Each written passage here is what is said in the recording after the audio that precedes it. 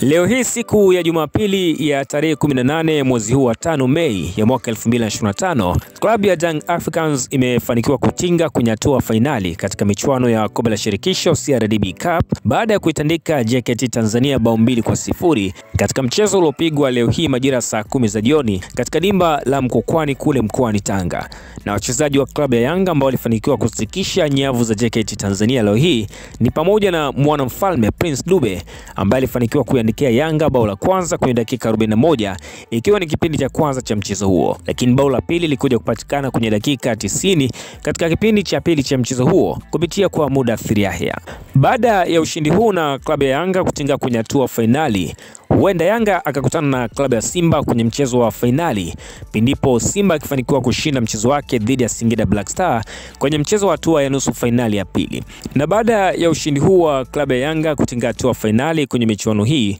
ufahamu ya kwamba huu unakuwa ni mchezo wa mwisho kwa kiungo wa Burkina Faso Stefan Aziz Ki kama mchezaji halali wa klabu ya Yanga, na hii inajidhihirisha baada ya Stefan Aziz Ki katika mchezo wake wa leo kuvalia kitambaa cha rangi ya blue kuashiria anaondoka ndani ya klabu hiyo na kuaga mashabiki na wapenzi wote wa klabu ya Yanga. Aziz Ki bila shaka dili lake la kujiunga na miamba ya Wydad Casablanca tayari limekamilika kwa 100%, na hivyo anawaaga mashabiki, wachezaji na viongozi wote wa klabu ya Young Africans baada ya Stefan Aziz Ki kuitumikia klabu ya Yanga kwa muda wote. Niendelee kukumbusha mwanafamilia wa Mshindo TV, kama hii ni mara yako ya kwanza kuitembelea channel yetu ya YouTube ya Mshindo TV, tunakusihi usiache kusubscribe, kulike pamoja na kucomment kwa ajili ya kuendelea kupata taarifa mbalimbali za kimichezo, burudani pamoja na matukio mbalimbali kijamii kwa kila siku na kila wakati. Usisahau kusubscribe, kulike, kucomment na kushare. Mshindo TV.